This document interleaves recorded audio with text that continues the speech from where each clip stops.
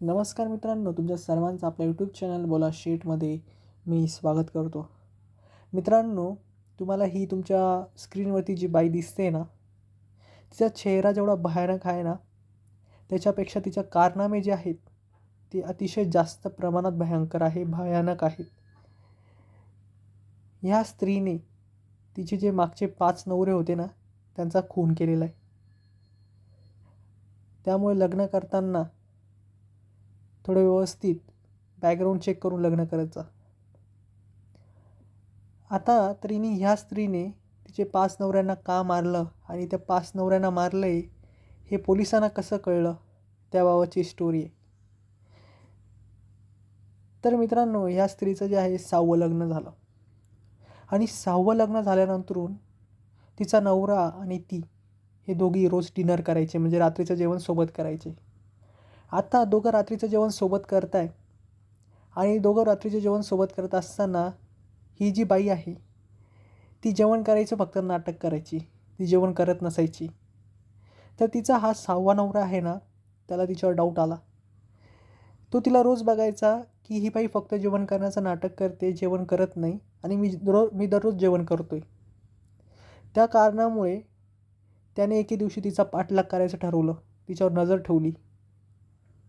आणि अशीच ते एका दिवशी जेव्हा त्याने तिच्यावरती नजर ठेवली आणि तिचा पाठलाग केला, तेव्हा त्या दिवशी काय घडलं ते तुम्ही ऐका व्यवस्थित. तर ही बाई त्यांच्या घराचं जे बेसमेंट आहे ना, तिथे जात होती. तिचा हा नवरासुद्धा तिच्या मागे त्या बेसमेंटमध्ये गेला. आता तिथे बेसमेंटमध्ये गेल्यावरती तिथे तिचे पहिले जे 5 नवरे होते ना, त्या 5 नवऱ्यांच्या 5 डेड बॉड्या होत्या. आता त्या डेड बॉड्यांचे जे आहे ना, तुकडे केलेले होते तुकडे. आणि त्या तुकडे जे आहेत ना, त्या डेड बॉडीजमधून एक एक मांसाचा तुकडा घ्यायची ती आणि त्या मांसाच्या तुकड्यापासून ती काय करायची, जेवण बनवायची. आणि तिच्या ह्या ज्या 6व्या नवऱ्याने हे सगळं बघितलं आणि त्याला खूप भयानक वाटलं, टेन्शन आलं, भीती वाटली. आणि नेमकी ही जी बाई आहे ना, तिनेसुद्धा तिच्या ह्या नवऱ्याला पकडलं आणि मग तिने तिच्या या नवऱ्यावरती प्राणघातक हल्ला केला. आता त्या बाईने तिच्या ह्या नवऱ्यावरती प्राणघातक हल्ला केला, पण तो कसाबसा तिच्यापासून वाचला आणि तो बाथरूममध्ये जाऊन लपला.